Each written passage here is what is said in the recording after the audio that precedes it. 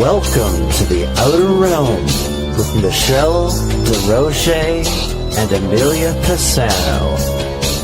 Airing live on the United Public Radio Network, 105.3 FM in New Orleans.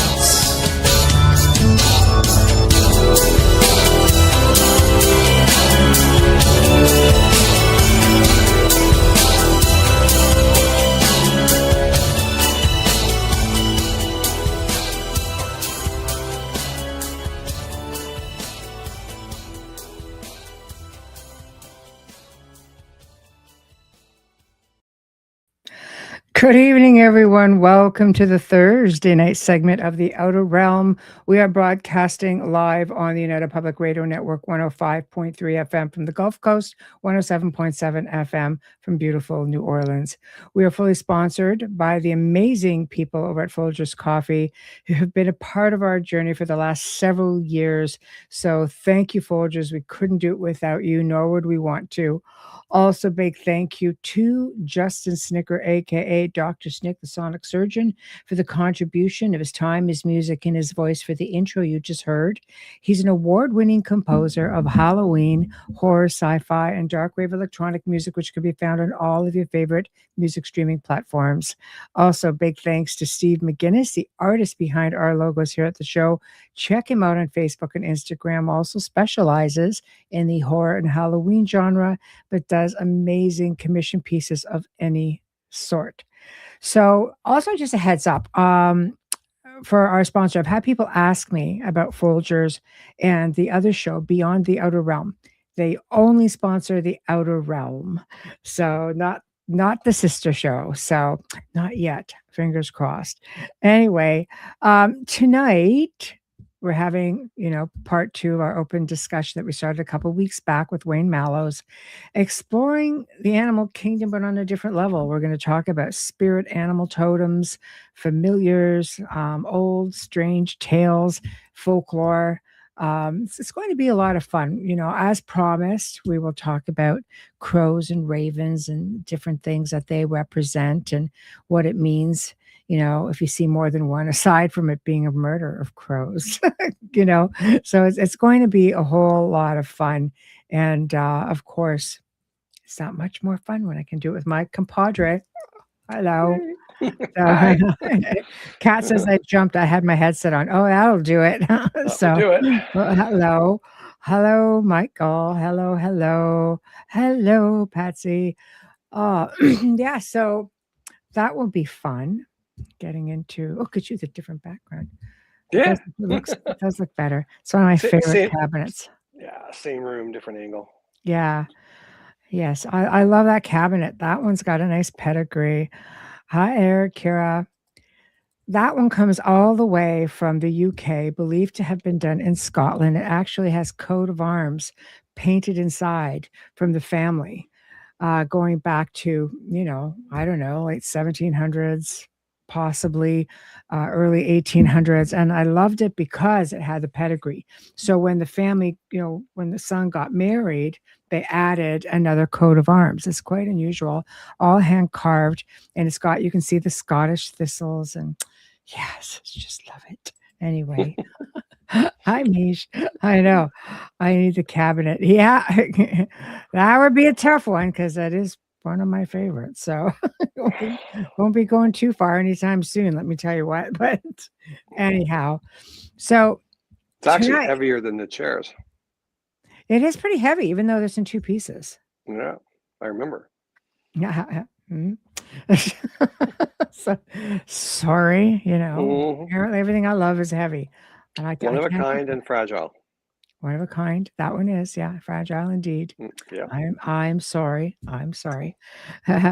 Anyway, tonight, I've been looking forward to this one.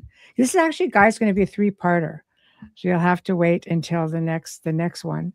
It's probably going to be in a few weeks, but we're going to be, it's going to be very cool. But anyway, this one gets into, different things such as, again, wonderful world of unusual animals, but we'll segue our way out of the last one into this one here, and get into the superstitions about certain animals, what they might mean, getting into totems again, familiars, all kinds of different things. But to segue off from the last one, Wayne and I were doing some talking today, and oh, there we go. Hi, Sal. Um, what I wanted to talk about the last time, you guys have heard me mention this before about how incredible some some of our animals or mammals, and just, I mean, everything here has a resonance. Everything here has is collected to the consciousness. It's really amazing. And one of those things are dolphins. And you often hear me talk about the order of the dolphin. And oh, hi, Kathy. Yes, I know. Sorry to talk to you. Anyway, the Order of the Dolphin, which was put together by Carl Sagan along with other scientists in doing UFO research. And the reason they called it the Order of the Dolphin was because a lot of research has been shown the intelligence, they're so bloody smart. They even have birthing programs with dolphins and people. Like, it's crazy. But anyway, dolphins, they believed, would be one of the closest beings on our planet that would be able to communicate with extraterrestrials. And in saying that, Joe and I have had conversations where there have been reports of saucers coming down over the water and dolphins congregating underneath them and just swimming around in a circle underneath them. So just some food for thought. Order the Dolphin if you guys want to look it up. There's some information out there on it, and it is really fascinating. So just another one of these amazing, species on our planet, along with whales. And I always go back to the Star Trek episode where they had to go back in time to get the 2 humpback whales to communicate with, ET, because The doomsday machine. yeah, right. Mhm. I thought that was amazing. It make you wonder though what the dolphins are talking about. When the flying saucer is over the water, they're all congregating underneath. Are they like talking to them, saying like, "Could you do us a favor and get rid of the really unpleasant bipedals that are on the land?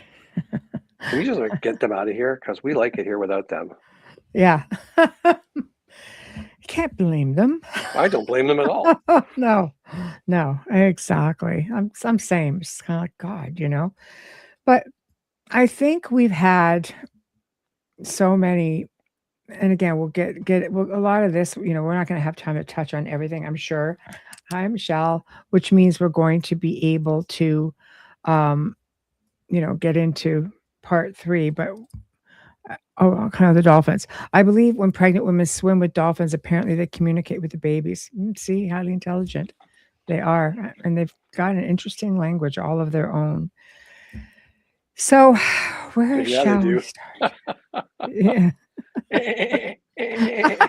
Very nice, Wayne. Thank you. Thank you, Wayne. Yeah, blame your sister. Yeah. I should have brought my sister on to do it too. It's could have been interesting. So there's again a lot of different things. I think I'm going to start off with owls. So many cultures share the belief that owls hooting nearby are harbingers of death, while snakes, for example, in the grass signal impending disaster. So, in the West, where we've got black cats, and across South America, misfortune often travels on four legs, but there are harbingers of death believed to be owls and impending disaster, snakes. So it kind of makes you wonder, like, where all that comes from. Well, I mean, if you take an educated guess at it, it doesn't take much to build a superstition. Mhm. All you would need is to, have an owl in your garden that's out of the norm, let's say, Mhm. and it's there for 2 or 3 days, then your dad dies. And then the superstition is born, kind of thing, right? Yeah. It could be something as simple as that, right? So, snakes always got a bad rap, in my opinion. they're the evil reptilian from the Garden of Eden, which is not quite right either. But Yeah. I mean, I love the takeoff in The Fourth Kind, I think it was, where they see owls in Alaska, kind of thing, and they come right up to the window, Yeah. and they realize after a while that it's not owls, they're actually grays, because they got the big eyes, and they look through the window, and it's just like, it's not an owl, man. It's not an No. owl. No, that's kind of wiggy as well, to be Yeah. honest. Like when you think of the similarities. So as Well, it's well. really weird. You see an owl without its feathers. It's just it's a tiny little thing. It's just wild how much feather they have on them. There's nothing to them. Yes. A claws, beak, and a lot of feather. Yeah. I mean, It is. again, sorry, just to finish up with the owls. I mean, Yeah. again, most of the time, like owls in general, I'm not going to get into all of the ins and outs of owls, but they tend to be like nocturnal hunters. They hunt at night. They have great vision. So and people are leery of the dark. Like bad things happen at night. You go out wandering in the night, you usually don't come home. Right. So that's kind of where I go with it. So they're already predisposed to a bad rap because they're night creatures. Yeah. And I could see that. I could see that, especially if you end up with it catching a reflection of these, like, big eyes. And in all fairness, there's an owl out there. I cannot remember what its actual name is, but the thing's almost like the size of a small child. It's big. It's quite. It sounds like a great horned owl or a great gray. No, Great bigger. gray owl. No, I don't Bigger remember than the name that? of I've never seen it. it. I had not recognized the name of it. Oh, Kathy makes mention that astronauts' capsules, which landed in the ocean, were surrounded by dolphins. Interesting. I did not know that. So thank you I for did that not know that. That's tidbit interesting. of information. Thank you. Hi, Leslie. Thank you for joining us. I wonder why that Messengers. was. Yes, they're messengers. I agree. I wonder why that was. I mean, was it they understood that there was people on board, or did the capsule that came back resonate a different frequency because it was out in outer space, much like a craft that's coming in from outer space? I don't know. Were they drawn to it in the same way?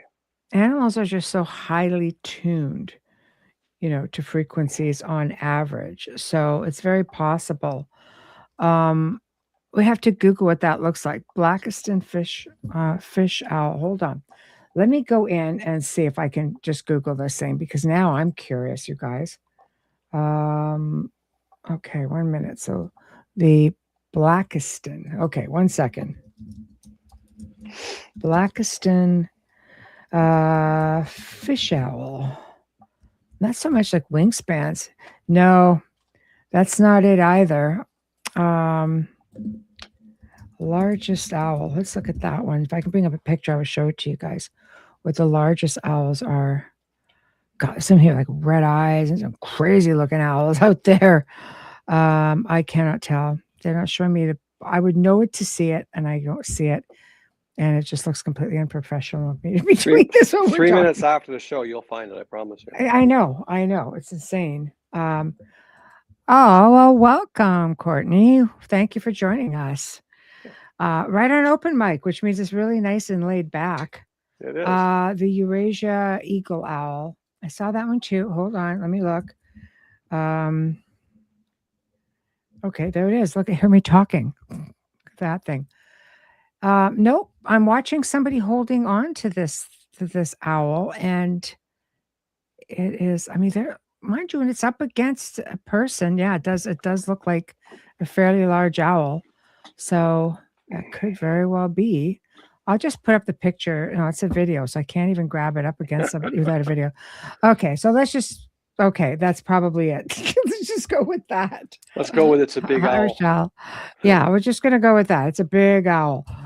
No, I've seen different pictures of this even before AI owl. You think I would just remember it because it's so exceptional. And I love really large birds of prey, like birds on average. I love birds. Okay, so we're just going to let that one go. But speaking of birds, why don't we just jump right into Big crows and ravens and look at the different meanings, for example. Okay, so Crows and ravens are powerful ancient messengers symbolizing transformation, intelligence, and the bridge between the spiritual and physical worlds. They often appear during major life changes. They encourage adaptation depending on their number and action, can signal warnings, deep introspection, or the need to embrace new perspectives. So I'm going to put up a picture and share with you guys up here. So it just saves me. That way you can see what I'm seeing, right? So uno momento. Here we go. Share. All right. This is what we're looking at. So counting crows. If you see one crow, a single crow is often seen as a sign of caution or approaching challenges.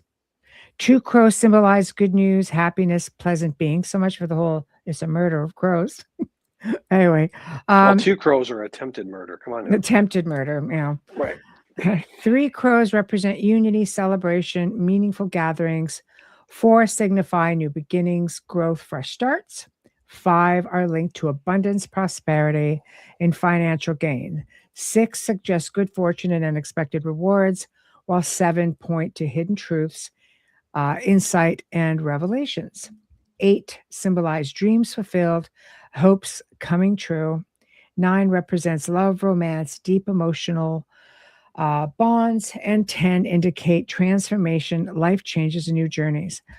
I really was trying to find my other research.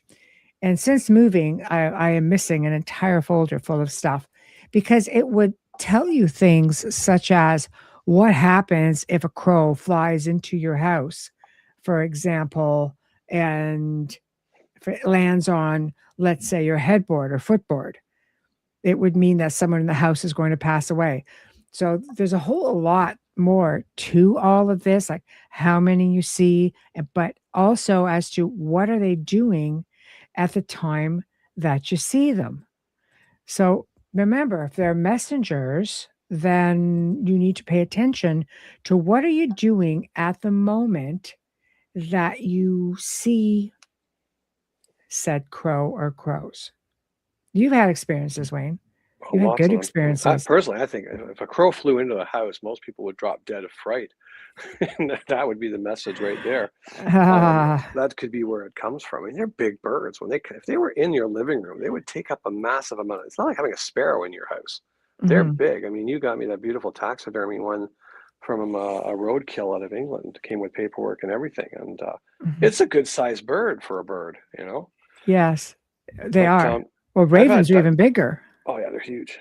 Yeah. I've had a couple of experiences. Like I don't know if we talked about it the last time or not, but I was driving through the United States on my motorcycle and got into back roads and off the main highways, and obviously should have turned left and turned right, and next thing you know, I'm lost, and it's starting to look like it's going to rain, and I'm thinking, okay, well, I've got to figure out how to get home. That was before GPS, folks, and cell phones and all that cool stuff. It was a map taped to my gas tank. That was how you got around. And so I'm coming up this back road. I'm like, I have no idea where I am. No idea. So I think I'm going north. And I look up ahead, and there is a crow sitting on an exit sign that says like ramp 12, sort of thing. And I'm like, I never see a crow sitting on a sign. They're usually up in the trees or in the gravel, picking up roadkill. Yeah. So it was just sitting on it, and as I drove by, it kind of just, it just kind of followed me with its head as I went by, and I'm just like, wow, that's kind of wild. I looked in my rearview mirror, he wasn't there. Well, that's different. Maybe I should take exit 12. So I did, and up the ramp I go and onto another secondary road, and I get up on the secondary road, and there's another crow sitting up on the overhead sign above the highway. I'm like, well, let's keep going, right? So I didn't see anything for a little while. Then I saw coming up, there's the road split. The highway went like that. And there was a crow sitting on the left-hand side looking at me. So I took the left-hand side, and that got me on the main highway. And after I was on the main highway, I knew where I was, and I didn't see more crows. And the crow, a medium, a long time ago, she told me that the crow was my totem. And another big experience I had was on a ghost tour, and in Kingston, Ontario, and we're walking through, and I didn't know anything about the place. I just had no clue. And we finished up in a parking lot behind what would have been the courthouse back in the day, but now it's not. And as soon as we got into the sort of this parking lot behind the building, all these crows came out of nowhere. There was just like, I want to say thousands, but that's over the top. But there was a lot of crows. The sky was dark, and they were all screaming. And the tour guide, she actually got a little unsettled. She's just like, I've never had this happen. Like, what's going on? And I just, being me who I am, I just kind of said, well, the crow is my totem, so they're probably just, protective of me because there's probably something naughty around here that I shouldn't be, playing with. Mm. And so they stayed. They wouldn't stop. They wouldn't stop. So she quickly told us the story that the parking lot was the old burial ground for the inmates that got hanged or hung back in the day, and they just buried them in the back, and they paved right over them when the parking lot went Mm. in. And as soon as we walked out of there, we started walking down the sidewalk. We weren't like 100 feet from that parking lot, and there wasn't a crow anywhere. You could look back to the parking lot, you could still see it, but there wasn't a crow anywhere. It's just like, that was wild. That was such a wild experience for me. No kidding. But I like that you just, especially with the driving one, because you Yeah. just put your trust in it. Yeah. Well, I'd never seen it. Like, it was like, I don't know where I'm going. So if I go left or I go right, I'm still wrong. Yeah. So what's, here's this Yeah. bird who's supposed to be my guide, right? So Yeah. listen to the guide, Mallows, listen to the guide. Listen to the guide. Well, Yeah. I like it because I mean they are the they can be your guides, and we'll get into some of that. But Yeah. I like it because it leads us into this comment. Have you ever paused to notice how often crows appear along your path? So, across different cultures and old folklores, crows and ravens, by the way, are seen as more than ordinary birds. They're symbols of change, intuition, unseen messages that move through the world around us. A single crow can signal caution, again, a reflection, two hint at joy, good news, and then it kind of goes on a little bit as to what we just covered. But as the numbers increase, the symbolism deepens. So pointing towards prosperity, good fortune, things like that. So maybe they're just gentle reminders, so to speak, to just nudge us to say, look, pay attention. So next time you see one, you just sort of take a little breath, count them, and say, wow. So what am I thinking of right now? Like, or what am I going through that would warrant having them here in my space? It's interesting. I remember my dad, like I told you that story about the farmer who had shot one, and it was full of the most vile worms and Yeah, bugs yeah. that would eat us. But another story about that too is, I don't know if it was the same guy or not, but my dad had told me that they had found a abandoned nest of crows. Like they were gone, long gone. Yeah. And then when they found it, it was chock full of like rings and earrings and coins and all. Wow. It was They like loaded. shiny things. Oh, they like the shiny stuff, right? Yeah. Yeah. That was interesting. So that's some truth to the lore that they're good pickpockets if you can get them. They pull an earring right out of your ear if you're not careful. Yeah, but they also use it for a form of gratitude. Hmm. So, and they don't forget stuff. Like they'll hold grudges for a really long time. Oh yeah, they do. I mean, Like 14 years, 13 some years. birds, African greys are like that. They will hold a grudge for a really long time. I've never done But anything to the African gray, which hates me. but there have been stories where people have, fed crows or have done good deeds for them.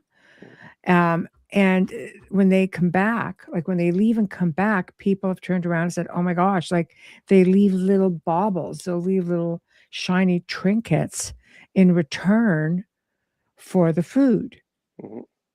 I thought, my God, that is so clever. Well, look at those ones that, like, I saw this video eons ago now, but the crows had learned the traffic lights, and there was these nuts they couldn't crack the husk on. They're Yes. just too thick. So they would wait till the traffic stops. They would drop the nuts into the crosswalk, Yes. and then the cars would drive over them and break them all up. And then when the lights turned red, the crows would hop down and pick up all the nuts out of the husks, and then fly back up and wait for the next one. That's brilliant. That's a pretty big learning curve for a bird. I was just blown away. I loved it. Yeah, that's brilliant. That's brilliant. Well, here's another one for you. In Tokyo, crows will. Oh no, this is the one. This is the Yeah, one. Okay, yeah. yeah, Where they at the drop the nuts crosswalk. in. Okay, Yeah, perfect. yeah. Yes. See that it is. It's just brilliant. Look, we just saw the same thing. Look at you go. Right? So basically, what you're getting into on an average. I mean, they're highly intelligent. So if you're going to be, for example, like if uh, I would say flock of seagulls, flock of crows indicate collective wisdom. And I'm just reading this along, so we're all learning this stuff together. And wisdom. So a need to trust your community, reminder to look at bigger pictures, things like that. A contextual meaning. So a calling crow. In some cultures, a crow calling near a home signifies an impending visitor, Hmm. right? A flying raven, historically interpreted, such as in Greek mythology with Apollo, as a message from the divine. Oh gosh, I grew up around we have ravens on our property. See them flying all the time. Where's Makes my sense, doesn't divine it? message? Oh, Yeah, you had them. I did. I did. You're not You wrong. did. Makes sense to me.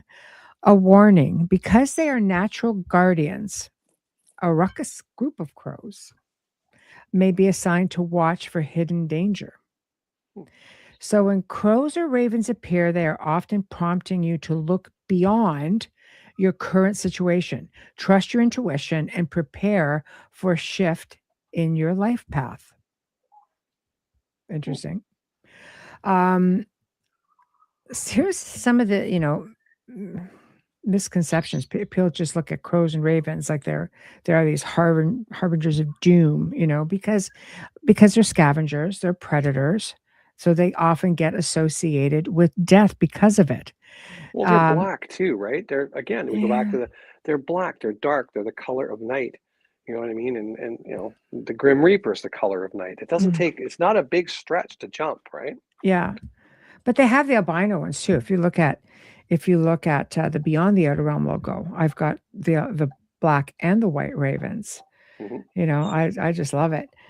Um, okay, so before I move on, let me get to makes you wonder since they carried the messages of Odin, that after all those messages that they learned, it's very possible. Hmm. I Um, could see that. transformation too. Yeah, they holler at you till you get it as well. Um, okay, so again, getting back to crows. So because of this image, right? Um, they're often portrayed as omens, harbingers of doom, but in actuality, they're highly intelligent social creatures who just happen to be willing to eat pretty much anything as carnivores or omnivores, but basically they have to survive in the wild. So this is trying to get away from the stereotypical sort of thing.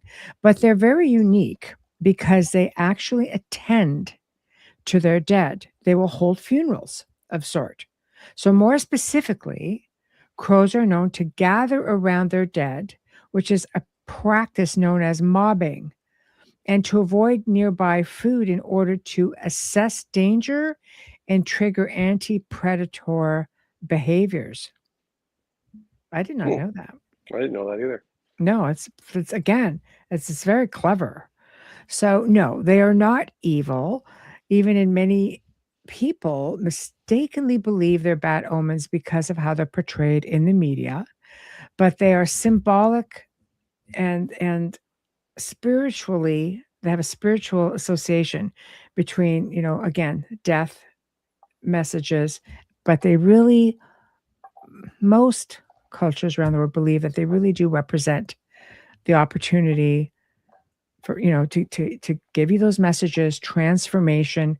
It's just we have to start paying attention, and apparently we really don't. So so talking about corvids in general, which are crows and ravens, okay, pay attention to when they encounter you.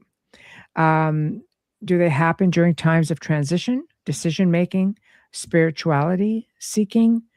Because they appear during meditation, rituals, moments like that. It's very, very important because that's usually when they have messages for you. So if you're dreaming about them, for example, if you see them in your dreams, it often signals again change, spiritual insight, needing to pay attention to your own intuition. They often represent messages from the subconscious or spiritual realms. Dream Corvid might deliver prophecies, reveal hidden knowledge, or guide you through personal transformation. It's a lot of really repeated messages, and it's all really positive stuff. So messages themselves vary widely, but often relate to themes of change. Again, hidden knowledge, protection, calls for you to embrace your authentic power, right? Again, very important. When they appear in times of change. So crows and ravens often show up during periods of upheaval. So if you're changing jobs, moving, ending relationship, embarking on spiritual work, perhaps that they are guiding you through this liminal space and in the in-between phase where the old is gone, but the new has yet to be fully formed.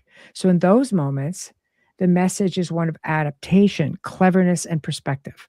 They remind you that endings are also beginnings. Now let's talk about those divine connections.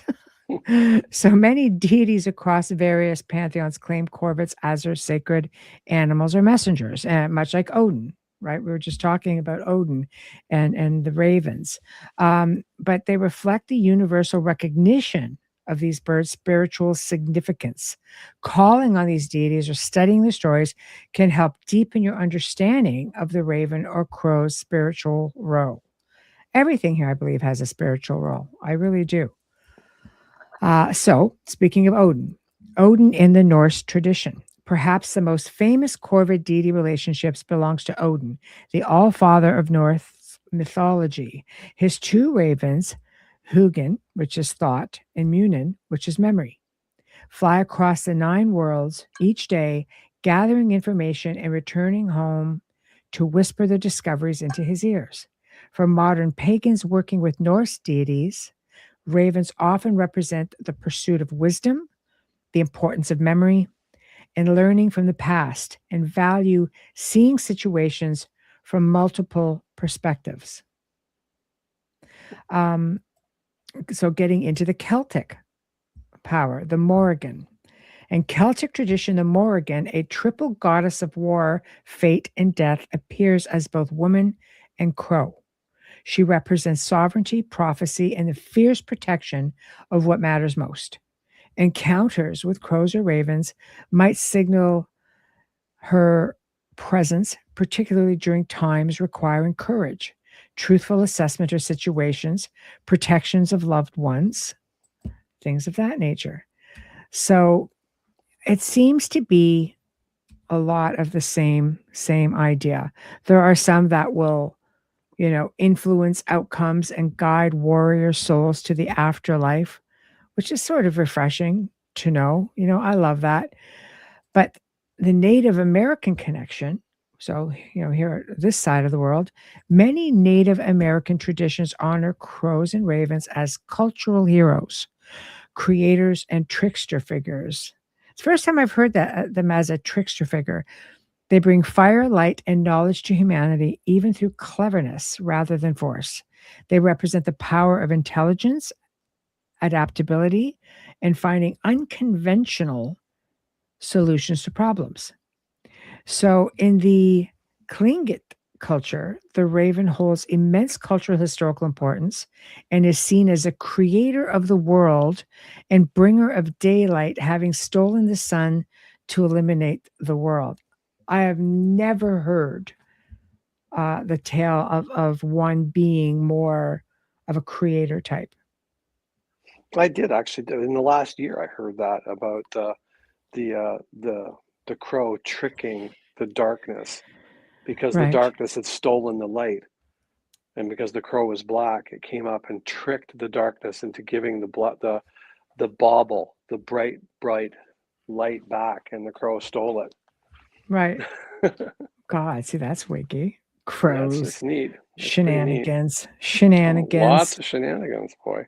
Oh my gosh, I I mean, love if it. crows are around during upheaval, my God, I would have dozens of crows since about age 11 camped outside my house. I like it though. I love having them around. Oh, me You too. know, It's interesting because I mean, read into what you will, but I mean, they listen. I mean, I can remember one day coming out of a house I had way back when, and there was two of them just kicking up a storm in this tree at the back. And I walked, what? Crows, yes. And I walked out and I looked up and I'm like, hey, play nice, just like that.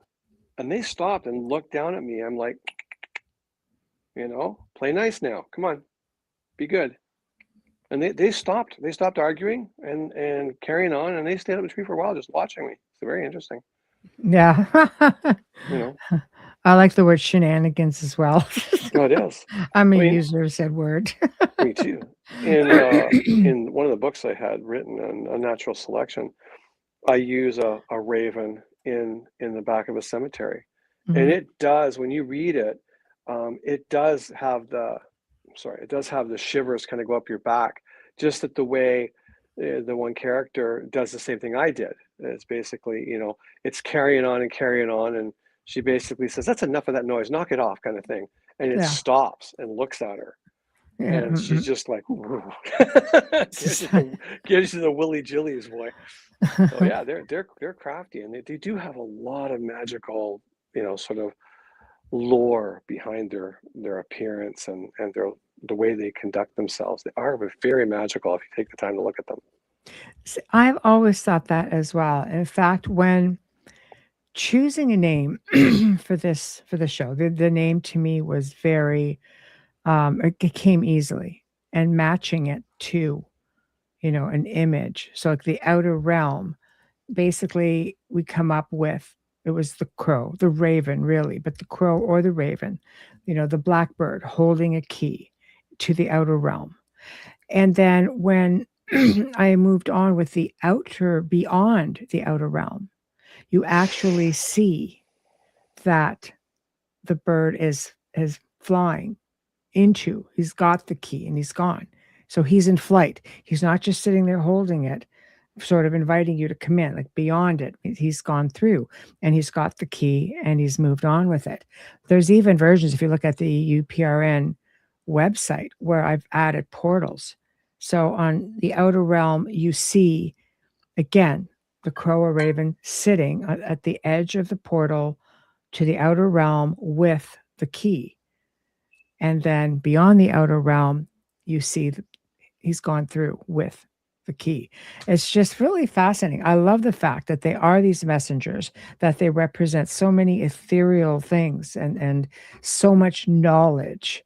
They don't just deliver messages, they're keepers of knowledge, right? Like they would collect it all for Odin and return and whisper all of this knowledge, everything that they would discover into his ear.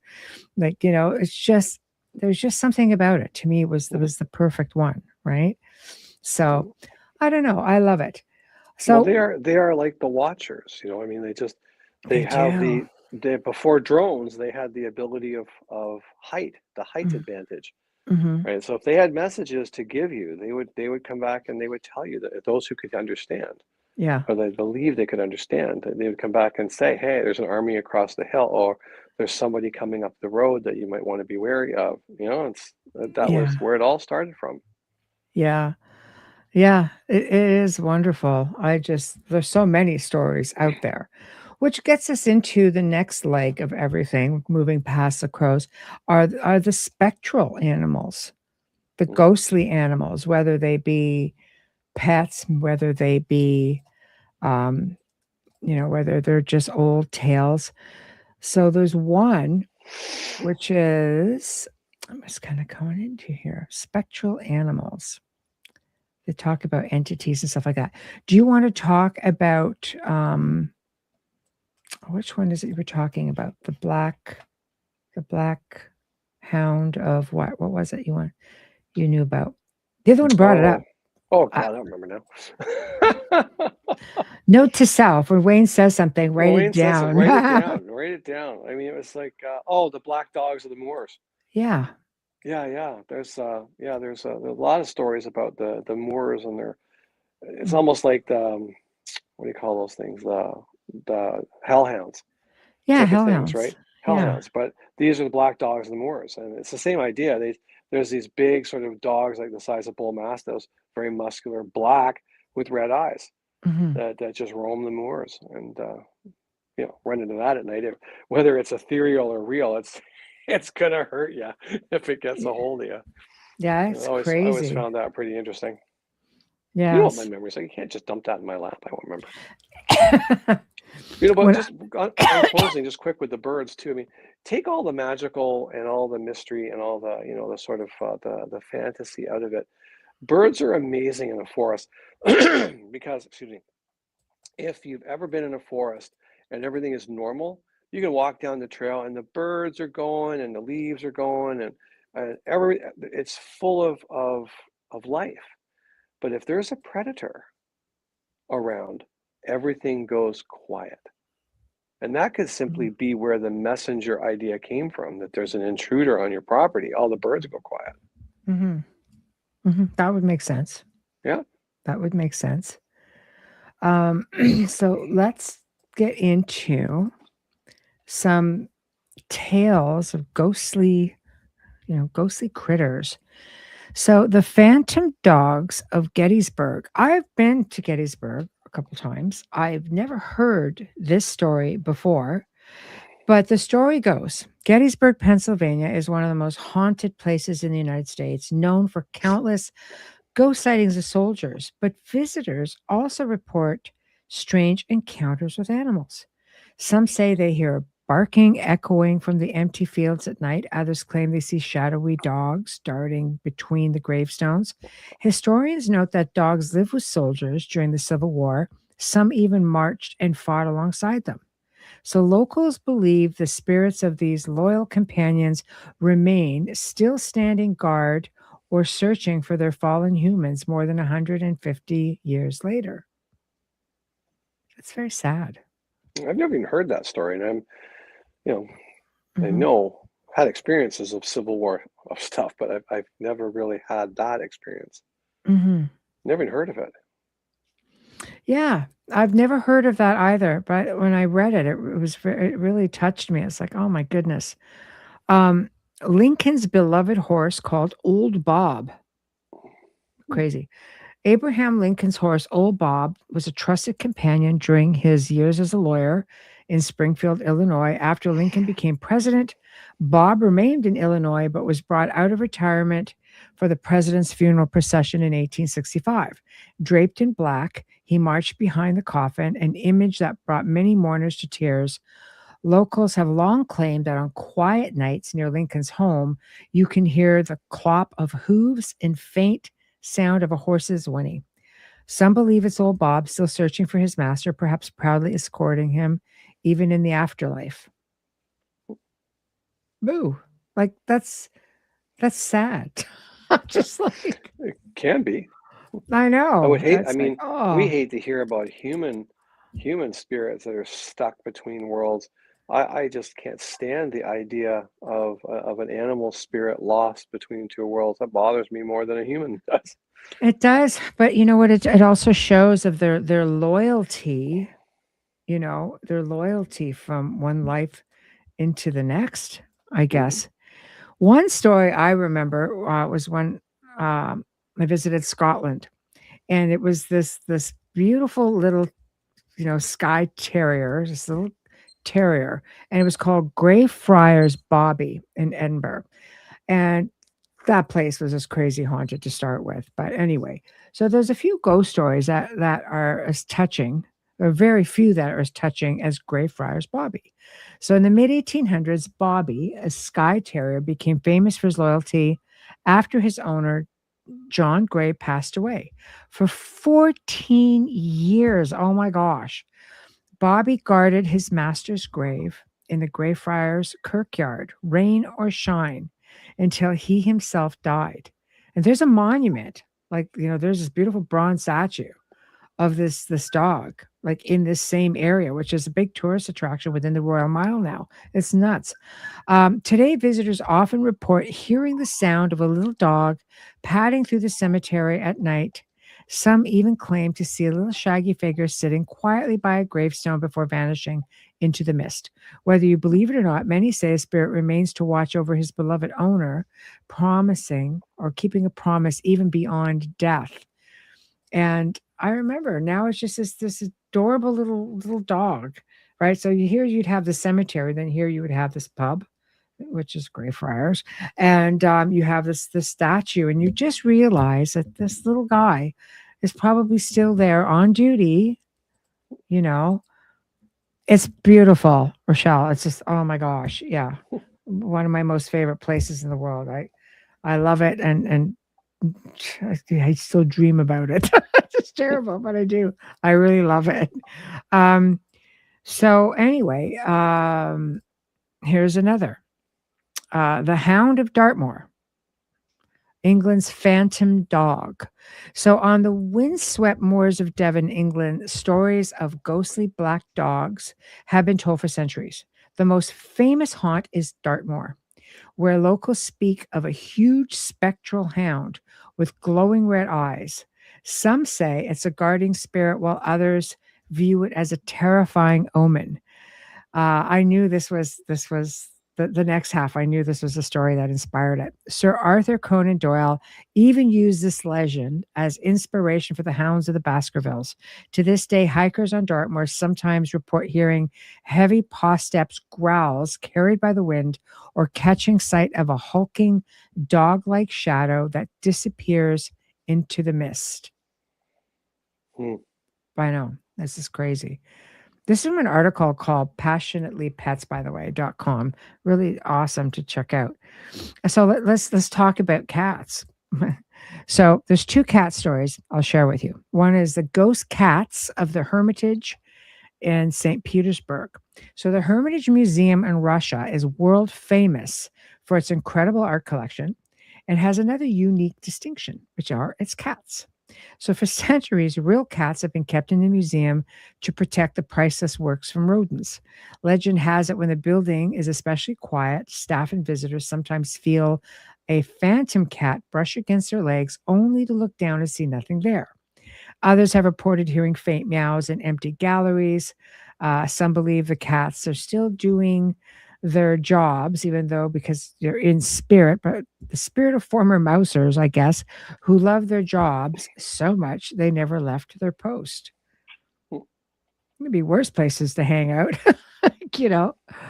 And then there's this one, the demon cat of Washington, D.C. A demon cat. I don't know cats that act like demons, but I was oh going to my, say that's a pretty wide it's stroke with just the a, brush. Cover them yeah, all. that's right. This guy, though, deep in the shadowy halls of the U.S. Capitol, no less, legends tell of a ghostly black cat that appears before national tragedies. Wow. So, known as the demon cat, this phantom feline has allegedly been prowling the crypt of the Capitol building. Witnesses describe the cat as ordinary at first until it suddenly grows larger with glowing eyes before vanishing.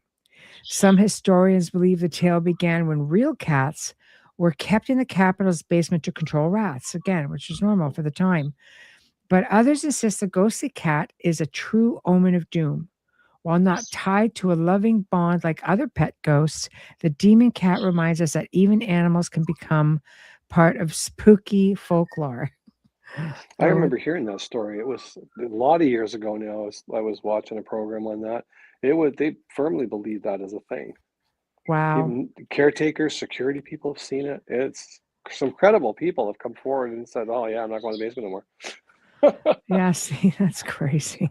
Oh yeah, it is. Yeah, that is absolutely crazy. Um, I agree with you. I think it's very sad when animals sort of get left behind, you know. They do. Well, look There's at the this manor. I mean, like we had that place for about 13 years. We had a number of film crews come through, photographers come through. I mean, a lot of people shot a lot of footage in those rooms, mhm. and I can't even count on one hand the number of people, cameramen, sound guys, who suddenly look down and they try to do a quick sidestep, and then they said, "Oh, sorry, I almost stepped on your cat." And I'm like, "What color was it?" He said, "Oh, it's like a long hair gray," and it's always the same cat, a long hair gray cat, but we didn't have a cat. But to me, it's interesting how every single person describes Mm-hmm. the same cat as being a long hair gray. Mm-hmm. Belonged to somebody at one Somewhere. point, Yeah, for sure. you know. Yeah, me too, Patsy. It was sad. Mm. Greyfriars Bobby. Um, yeah, they always have a way, of coming forward. Always have a way. Well, Um, Sean came forward in a huge way, throwing the plant off his cat tree and doing all kinds of damage in the house. And just like, okay, you're still here. I get it. yeah, Oh, he did. He did not like things being out of sorts, but I think it was just his way of connecting to you, saying, "Look, man, I'm still I'm here. still here. Oh yeah. Well, the Get the first time plant you off knocked the my thing, cat tree." yeah, you knocked it off the top of the cat tree, and I thought, okay, well, whatever. And then the next time was literally the next day. I came in the house, and the plant was off the top of the cat tree, and it was gone. I know. The plant was gone. It was dragged across the dining room, into the living room, to Under the the couch parlor, or something. It was and it so was under the crazy couch. Yeah, exactly. It was under the couch. because it People was were just saying, a small "Oh, plant. dude, Yeah. it's a mouse. It's a mouse knocked it off." I'm like, "Oh, and a mouse carried the plant 22 feet and stuffed it under the couch. What kind of mouse do I have?" Big mouse. It's a big mouse. I don't know. Honestly, I always lean to logic first, even though I may know, right? I may know. Okay. So let's start talking a little bit about totems. Okay. Okay. So, okay. The word itself comes from the Ojibwe language, actually, and refers to the animal or other object that is a sign or emblem of the clan per se. Totem can be almost any natural object that is believed to have blood ties to a clan, a family, or an individual. They are often sorts or different sorts of totems: wind, river, a mount, a plant, a bird, but most often it is a real or supernatural animal. So, in ancient cultures across the globe, Slavic tribes in Eastern Europe, native tribes of North America, African tribes, etc., the totemic animal was believed to be wise ancestor of the family or clan. So, all other animals of that class were treated as blood animals, relatives of the clan, who can help, guide, or protect you. Even today, we can see totems as a mascot of a team, different sports. Sometimes the word totem will refer to the representation of a totem animal. Totem pole, for example, the head of a crocodile, the skull of a crow, or even the figure of a wolf. So here's some of the meanings. Totem animals and their meaning: an alligator, stealth, and a fight for survival. Ant would be looked at as teamwork and overall perseverance, which you can understand. When you start looking at some of these, I won't go through the whole list because it's massive, and I just don't want to bore everybody. But if we're getting into things like badgers, aggressiveness, passion, and drive, right? Oh, they're aggressive, all right. Yeah. And the bat. I mean, I love bats. Doesn't mean it's my totem, but I love bats. Guardians of the night. A bear would be a protector, symbolizes physical strength, leadership. And you see sometimes people wearing bear, they'll have bear claws or bear paws, which are good omen, direction, and power. And even something like a beaver, hunter gatherer, a bird, carefree and lighthearted. So I mean, there's different variations of it. Coyote, I'm just skimming through, often considered as omens of bad things and a trickster. So it makes you wonder, like, are they associated because of what we know about them already? Which Um, came first, right? yeah. A crow, carrier of souls from darkness into light and guards against fear in the dark. likes to steal shiny, bright things. And that's your totem. That's mine, yeah. Okay, well, there he is, carrier of souls from darkness into light and guards against fear in the dark and likes to steal shiny, bright things. Well, I don't steal anything, but yeah. No. You know what? When you said about the bat was interesting. You said the bat was the guardian of the night, right? Yes. And then you look at Hollywood's Batman. He's the Dark Knight. That's true. It's like I always look for these little connections. I always think that the truth is hidden in plain sight. And just when you said it's the guardian of the night, and Batman is the Dark Knight. Yeah. Who guards the city at night? It's just wow. It's a really neat little the crisscrosses, right? Yeah, I love it. I love it though, because you look at media, they always leave you like these little hints, and if you research it, you'll find it, and that's just one perfect example. Yeah. Dog heals emotional wounds. Dolphin, a symbol of power and control. Again. And here's what my sister loves dragonflies, just loves dragonflies, and they are messengers. And if you remember the movie, I believe it was Dragonfly with Kevin Costner. Do you guys remember that? Oh, excellent movie. And it was a messenger. The whole thing was a representation of the dragonfly, the messenger. It was unbelievable. Such a phenomenon. If you haven't seen the movie, you need to. It's excellent. Falcons assist in soul healing. Right? Frogs, renewal, fertility in the springtime. Hawk, great messenger and observer of the sky. And a horse, journey, devotion. That doesn't surprise me either. No. Hummingbirds, again, permanence and eternity. Lizards, not what you would expect of a lizard. Dreaming, agility, and conversation. I know. It's not what I was expecting either. No. How about this one? A mole, guardian of the lower regions, connects with the energies of the earth. Wow. I know they connected to the bulbs in your garden one year. Sure did. Oh man. I know. Owl, again, a very respected animal and is thought to symbolize the souls of the departed. They are connected with darkness at night and are considered a bad omen. How sad. Mm. Boo. Maybe it's in a country song where a guy sings about it. There was an owl been screeching outside my window for 3 nights now. I don't think I've got long. Oh. Sorry. Okay. I still love him. Oh, I think they're great. After reading Farley Moe's Owls in the Family when I was 8 years old, I wanted owls until I was probably 22. Right. I love it. Parrot. We have one in the house. Considered bringers of specific prayers and could bestow blessings. Got to go over there. Zara, bestow a blessing. Earn your keep. No. Yeah. Okay, I'm still working my way down.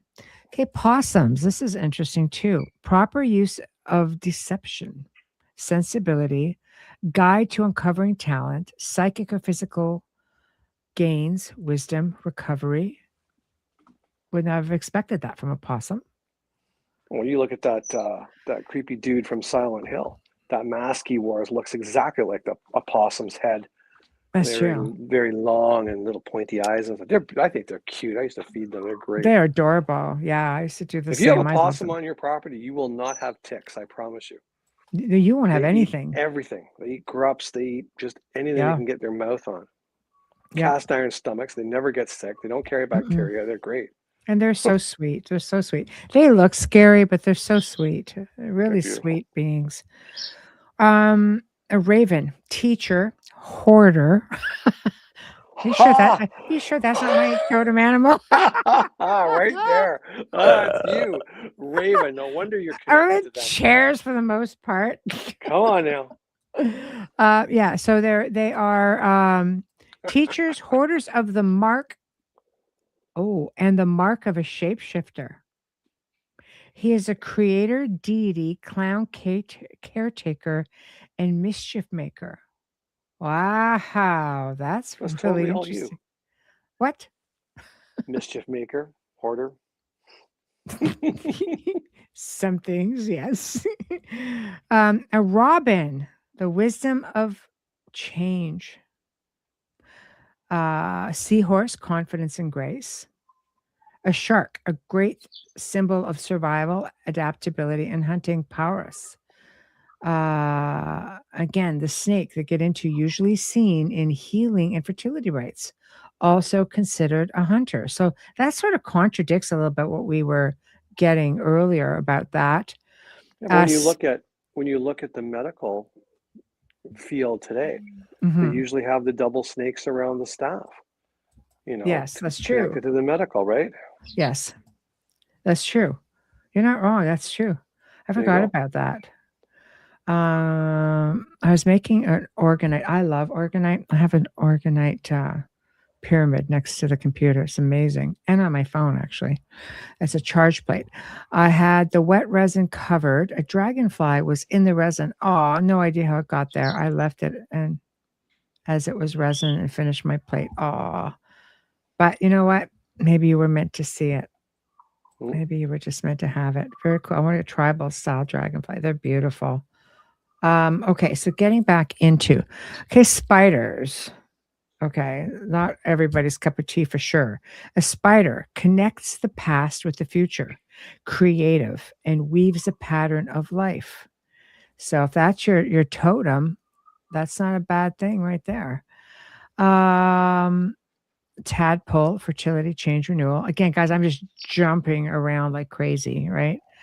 The turtle. This is one that is often spoken about. A very powerful symbol for women, symbolizes fertility, long life, and perseverance. It is sometimes even considered able to defy death.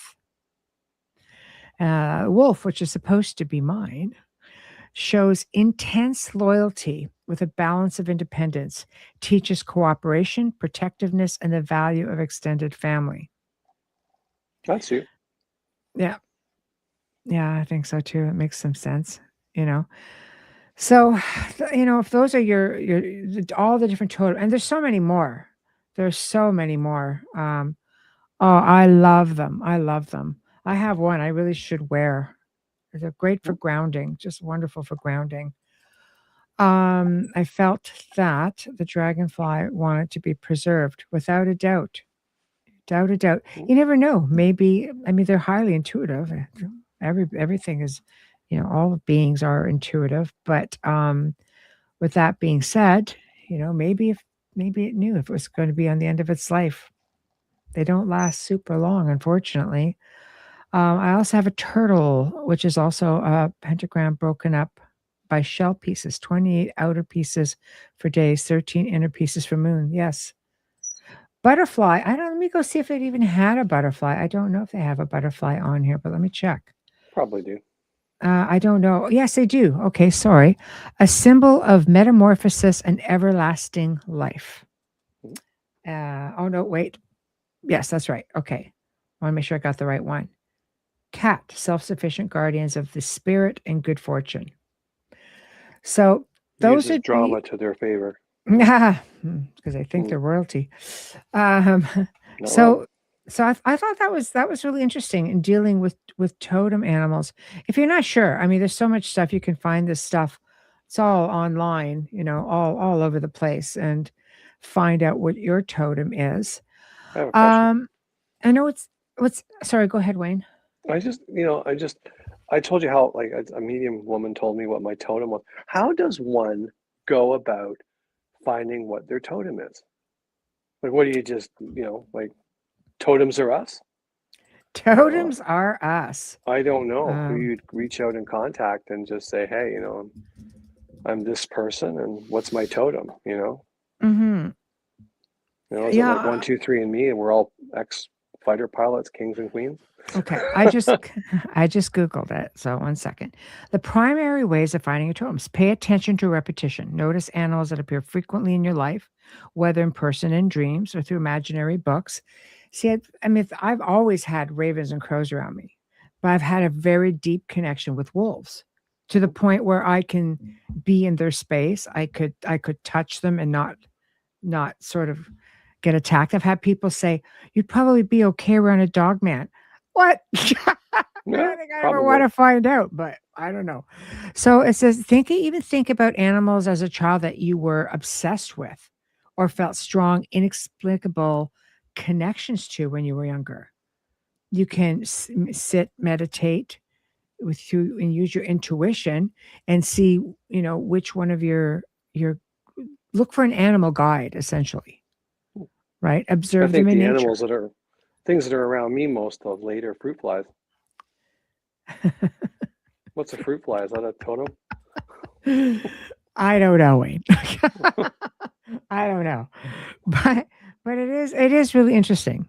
Kevin says, I was taught that we have 4 main totems and 1 mystical, but can connect to others.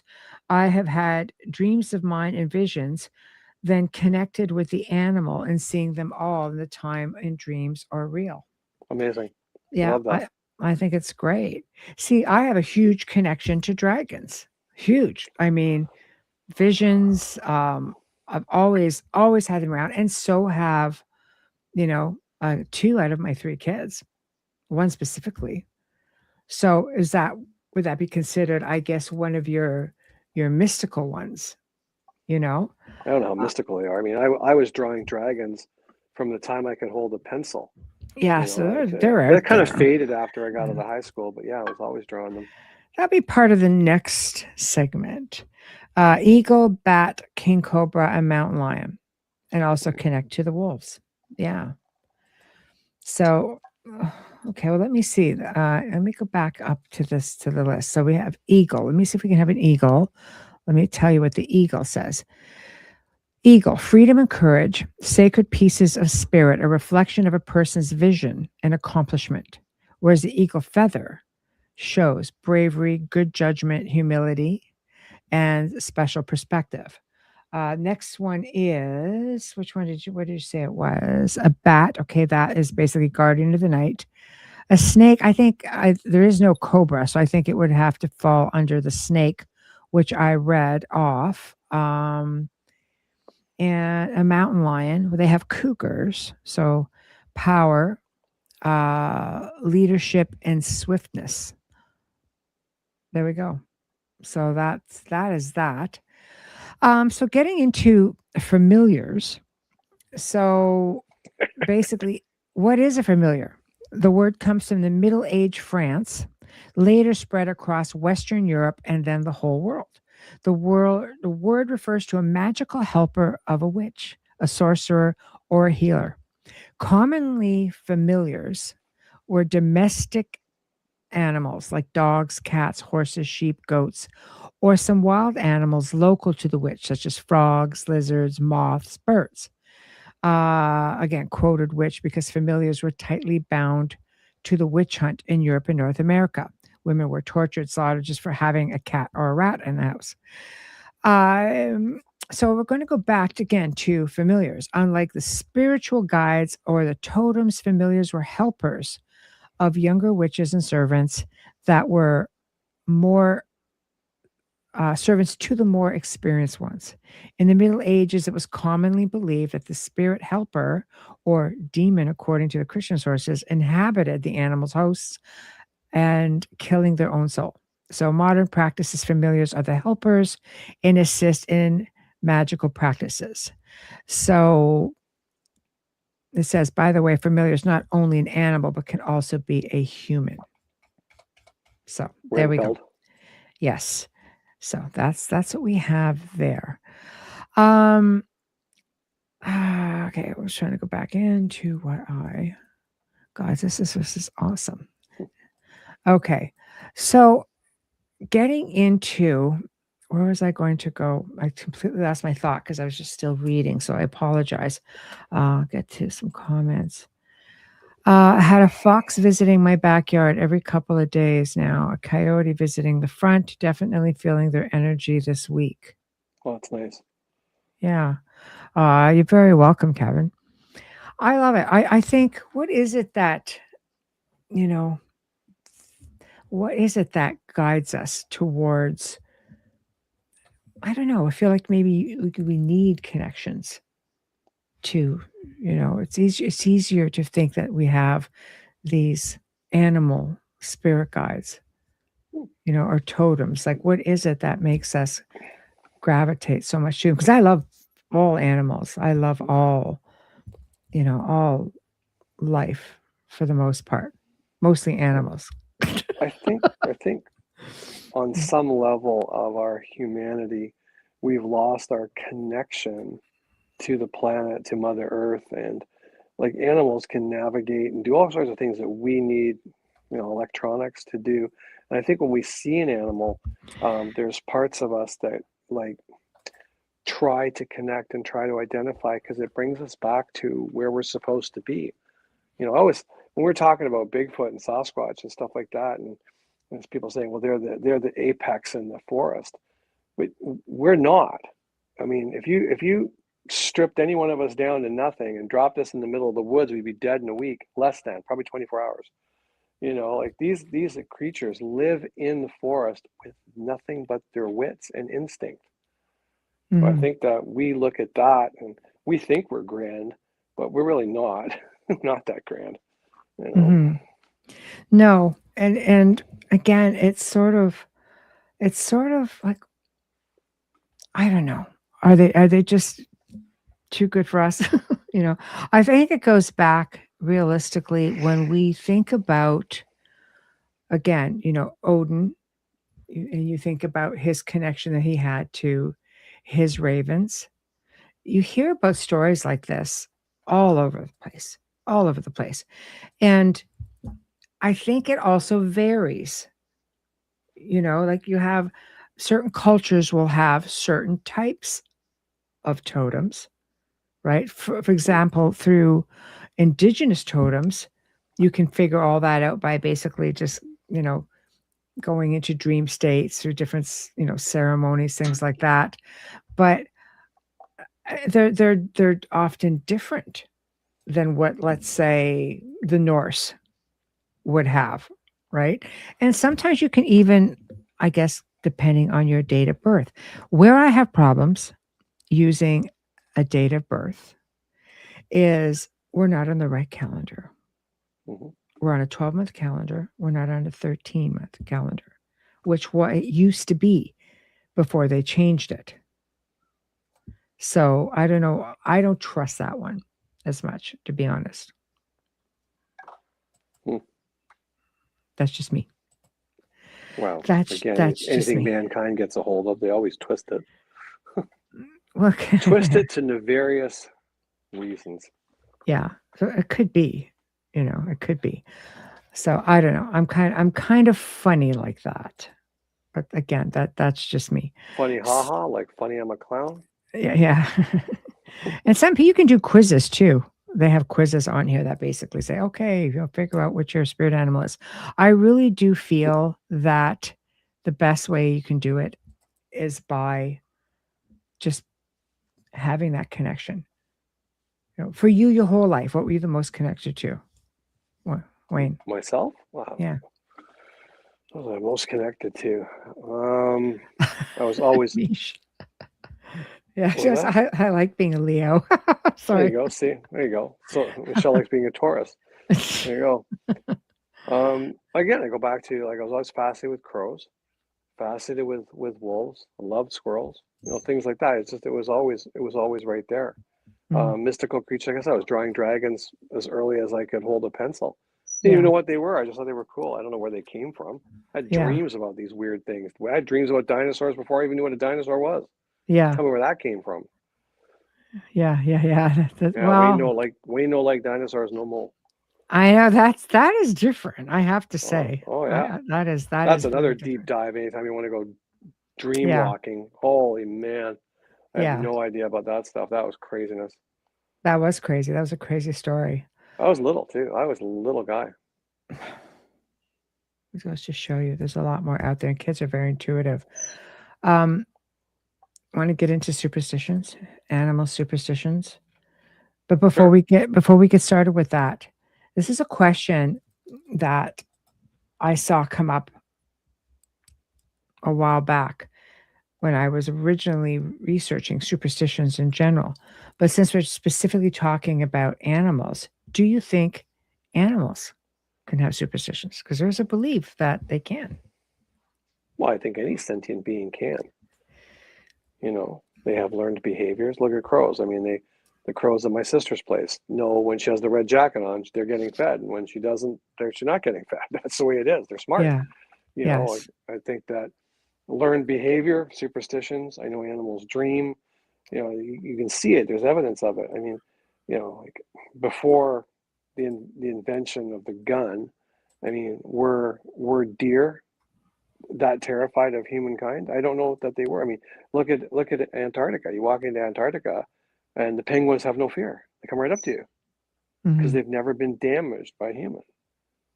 But all the other animals, you walk into a forest, and all it takes is one deer to get one look at you, and they bolt. The whole herd will bolt. And you feel, I mean, that's inherited. Yeah, it is inherited, right? But are they now? They're suspicious. Is there superstition around, the white man or I'm a tall Mhm. white. You're a tall white. You know what I mean? It's just like it's one of those situations. Right? Do they have superstition? They can communicate on their own level. Do they share that concern, that collective concern? Do they share it telepathically? Mhm. Somehow the message gets out there. Mhm. It does. It absolutely does. So, let's talk about some of the superstitions that surround these animals. We'll start off with the basic cats, black cats specifically. So, black cats are bad luck in Western cultures, but good luck in places like Japan.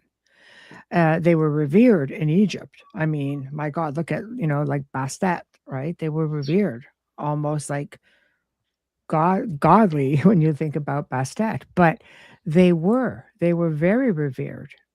I mean, they would be embalmed much like, their owners would be, Yeah. to make sure that they would go through the proper process and, end up in the afterlife with their owners as well. Some of them were literally embalmed. They were all prepared for death.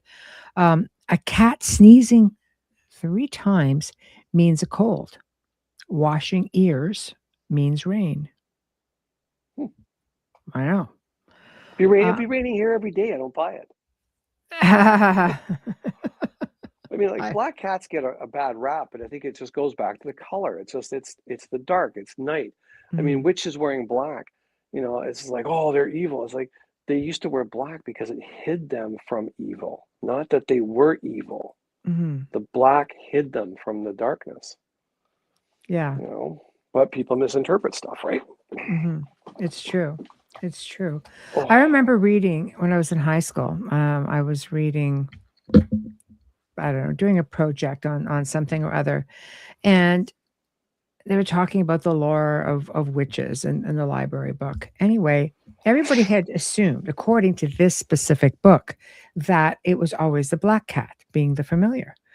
But apparently the more sought after was a white cat. And who had 2 or 3 white cats when she was growing up? This guy right here. Never a witch, though. Never a witch. So I don't know, but it's true. I had one growing up in my family home, and he was deaf, which is why I took him, because I adopted him because he was deaf, so he wasn't sought after. But ended up, in my early adulthood, when I had moved out, I had 2 white cats again. They were brothers. Called them Peppermint Schnapps. There we go. I love that. I know. And the deaf one was called Attila because it was just really hostile. But it loved vibration. It would always lay on my speakers because it loved the vibration. It was just crazy. I wish I had understood more about, about frequency and vibration and things like that then, because it would just be, I think I may have been able to connect a little bit better to Attila. Maybe wouldn't have been so angry. He was freaky. He was just a wild, crazy cat. Anyway, dogs. A howling dog signals death. Dogs sensing ghosts or people's character. Stepping in poop is good luck. Can you imagine? I don't think that's Negative. good luck. Negative. How is this good luck? But again, this is a superstition, common animal superstitions. Well, So, bird dumping on you is supposed to be good luck as well. well, it doesn't say anything about that here, but Oh, you I'm can't telling see you, that. that's supposed to be good luck. It's 1 in a million you get hit. That's happened to me a few times in my life. I could outdo all your bird pooping stories. I am telling you right now. I've got a classic. But you go on. Keep going. Oh my God. Oh, okay. Well, we're going to keep going. Please do. Again, superstition around owls. Hooting nearby often foretells death or disaster. That's a big one. Hooting nearby often foretells death or disaster. Bats. Flying near a house or hitting a window can mean death or witchcraft. What about flying into a house? I would like to know. Because that has happened enough times, flying into the house. Yep. God's sakes. Spiders. Money spiders. They're these little small, I can't even pronounce this. Linifidae. I don't know. It's a spider name. Anyhow, it promises financial luck. Spiders in general can signal good fortune. No, I got lots of spiders and I'm poor as a church mouse. Birds. Albatrosses were seen as carrying sailors' souls away. Crows are often linked to bad omens. See, these are the superstitions of what they're supposed to be, right? So my dad being in the Navy, he used to tell me that the seagulls were the reincarnated sailors that died at sea because they could fly, but when they got tired, they could float. Oh, wow. That's crazy. Really? Mm-hmm. Sailors have all kinds of crazy superstitions.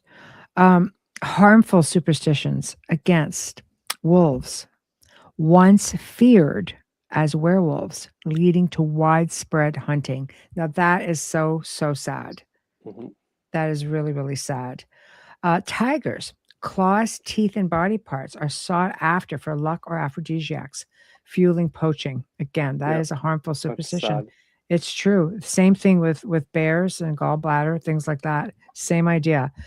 Hyenas in some areas considered evil spirits, while in Ethiopia, they're thought to eat evil and thus are protected. Insane. Protective superstitions. Again, hyenas of Ethiopia seen as protectors. Bees landing on a person's head could mean success, and touching a child's lips means they'd be a poet. This child didn't smack it, maybe. I don't know. But that's crazy. Why they exist. Fear and mystery. Animals with unusual behaviors, such as nocturnal or bright colors, or those least like humans, often become subjects of superstition. Interpreting behavior, people connect animals' actions, such as a howling dog, to understandable outcomes, like illness or death. Cultural folklore, legends and myths and religions, beliefs deeply embed animals into narratives, shaping superstitions over time. But at the end of the day, they're also said, all animals are said to be higher dimensional guardians. I believe that. I believe that as well. I really do. Yeah, I totally believe that. I got stung on the head by a bee once. My gosh. There you go. That's where you get your intuition from. I flushed a spider today. It was either that or toss it outside in the snow. I won't squish them, but flushing them can't be great. So I don't imagine. I heard that if you dream about bees or a bee coming into your space while dreaming, it's the foretelling of money. Yeah. Well, here's the thing with what is it? If you see a spider and if you get an itchy palm, it means you're coming into money. No. I've had the itchy palm thing. Here's weird because I dated somebody. Well, I mean, we were together 4 years. And I know. And it was so strange because I had this really crazy itchy palm. And he had had a nightmare where he was being attacked by a spider all at the same time. And it was sad because it was his mom who passed away. So it was an inheritance. So the money thing was a thing. And again, like the whole spider thing as well. So there's like two different superstitions that crisscrossed, but it was, it was just a sad event that, brought in the outcome. It's insane, I've heard many different messages connecting to spiders. Yes. One palm, I get money. The other, I lose money. Oh, oh no. In one hand, out the other. Yeah. Animal poaching makes me really sick. Me too. I don't like it at all. I don't like it at all. So I thought that was really interesting. Do you have any like crazy animal stories that you want to share? Oh my God. I don't know. The possum one was kind of cool. I mean, the skunk story. What is it with you and the skunk? Do you remember? Oh, yeah, I remember the skunk story. Animals love this guy. It's insane. Yeah, animals love me. I don't know. I was the old house. I had a large brand. I would sit out there and write, or I would edit. And that's particular night I was editing. And I had a small light on the table beside the chair. So, like, when you have a light on and a computer in your face, you can't see more than a few feet in any direction.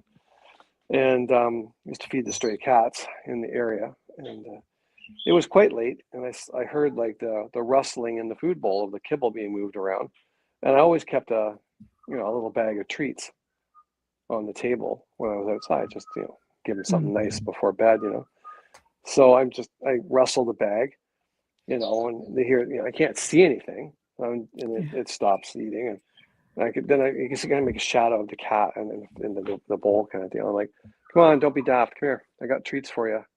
And you see it start to make its way over, and okay, that's better. Come on, here, I got treats for you. I take the treats, put them in my hand. I'm like, come on. I'm down like this. Come on. And finally it comes up, and I feel its little whiskers on my fingers, and it's taking the stuff out of my hand. I'm like, see, it's not better than kibble. Here, I got another one for you. And I look down. Isn't it a skunk? It's a great big skunk with the big white tail, and I'm just like, ooh. Yeah, that's like, oh. It looked up at me as like, oh, the treats are good. Can I have more? Well, you can have the entire bag, my little friend. I know. Oh, it was so funny when you told me that. Though. Oh my gosh. But then with the possum, I fed the possum used to come because I was feeding the blue jays. And the blue jays liked shelled peanuts, and they would take one at a time and go up the tree and break them open. Yes. And the possum started showing up because it was like all about the peanuts. So after several months of feeding this possum, I was sitting out there one morning and I had my tea, and I was sitting on the stairs, and it came wandering up, and I'm like, well, hi. And I threw him a nut and took it and ate it. And it came right up to me. And I'm like, ooh, here you go. You want a nut? And it put its little hand on my hand, and it took it. And that was the start of a really nice friendship. So it would come up, and I'd have my tea, and I would feed him nuts, And then in the spring of that year, the possum showed up. It was a she possum. I didn't know this at the time, and she had her little one with her. And she was showing the little one how to take nuts from the tall white. Right. And it was just wonderful. They would just, both of them would just sit there. She would take the nut from me first and give it to the little one.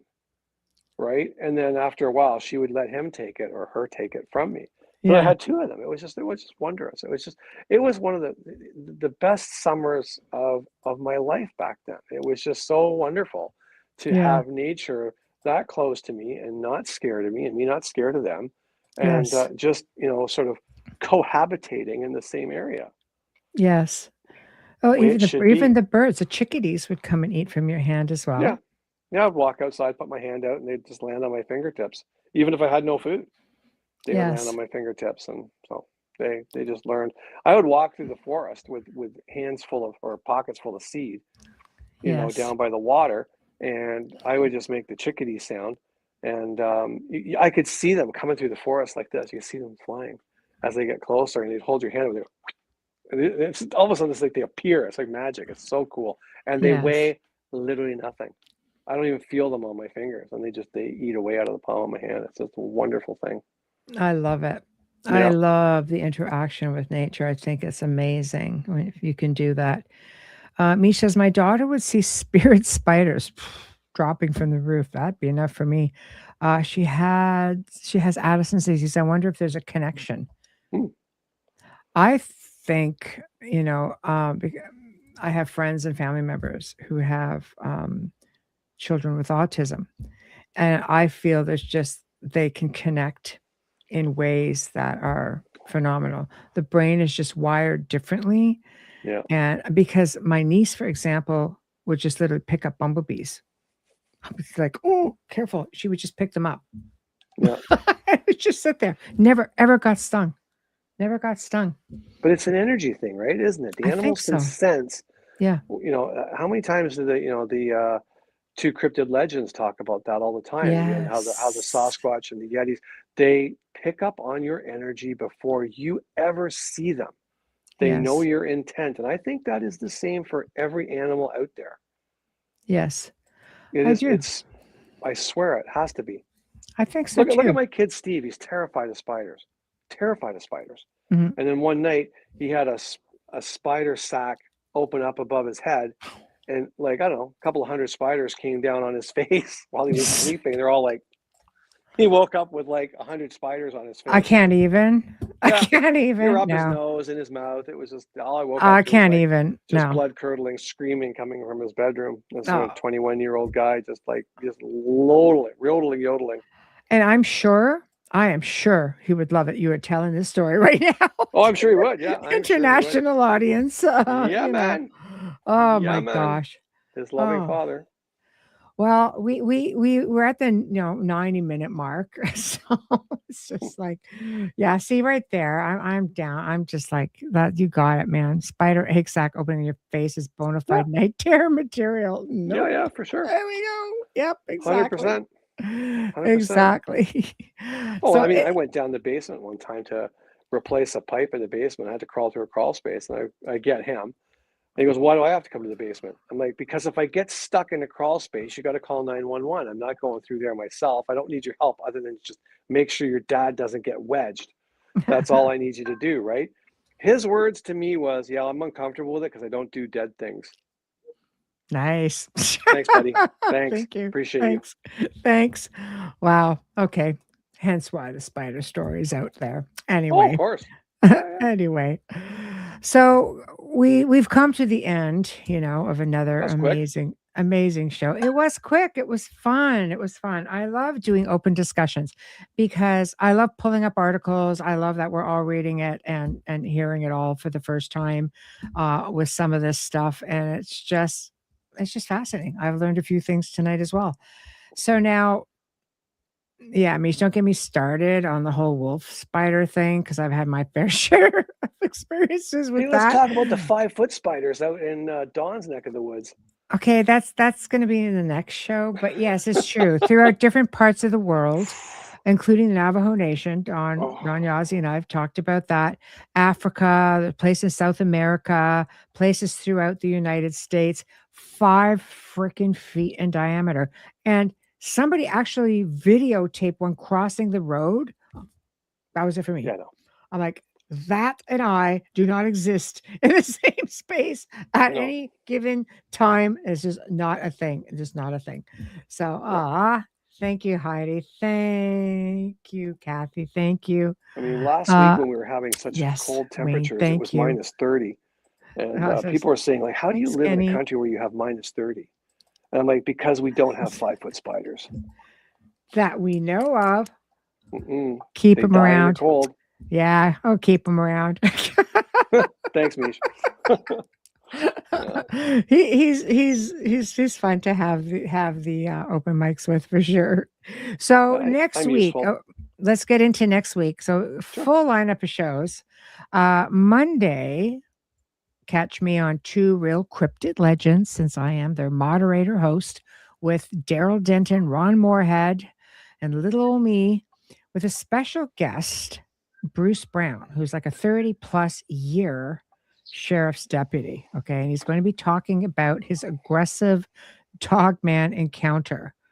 And I have to say, I don't know how I feel about that. It's sort of been like, yeah, okay. Anyway, it's a thing, and he's going to share his experience with us. So that is Monday night, 10 p.m. Eastern. You'll catch us on that. Beyond the Outer Realm welcomes Jason Offutt, and we're going to be talking about his book, Chasing Monsters in North America. Chasing Monsters in North America. There's some crazy stories. Jesus. Anyway, we're going to talk about that. Wednesday, Jennifer Jerkovsky is going to be joining us to talk about her book, The Lyrian Legacy. It's a metaphysical science fantasy tale, sort of blends in some ancient wisdom and starseed origins and all just ancient civilizations. It's got everything in it. Soul guides and shape star systems and future worlds and channeled remembrance and galactic history. We're going to have so much fun with this. I'm really looking forward to it. So that's Wednesday. Thursday, okay, you asked, and I'm delivering. Normally, our celebrity death series goes on Beyond the Outer Realm, but we decided to do the second half of the Paul McCartney story, which is Paul or Fall McCartney. This time, though, we're going even deeper into a very well-researched article that I started by Andrew Gow and the alleged Beatles satanic connection. I said it. So that is going to be on Thursday night with Laura Lee Potvin and myself. So that's going to be a bit of a deep dive, and you might have to go to an alternative archive site for that one. I don't know if I'll be able to keep it up on the usual platform. Anyway, we're just going to see how that one goes. And oh boy, yeah, we hit on some of that stuff. Yeah, we talked about that. You guys have to go back and watch the archive that we did last month, I believe it was. Go back and check it out, because that's the whole first half of the article. It talks about different albums and all the signs that are in it. And I think there's a link to the article in the show description, so you can kind of get a head start on it and see where we're going to go with it. So we're covering all kinds of stuff. It's going to be really awesome. So until then, happy Valentine's Day to all you lovebirds out there, or even if you just want to cuddle up your little fur babies, whatever the case may be, right? Live, love, laugh, and have a great weekend. And we'll see you Monday night. And you are very welcome, Michelle. Thank you. Thank you. Thank you for being a chat. And thank you all for being a chat. So we love you all, and we'll see you next week. Good night. Good night, everyone.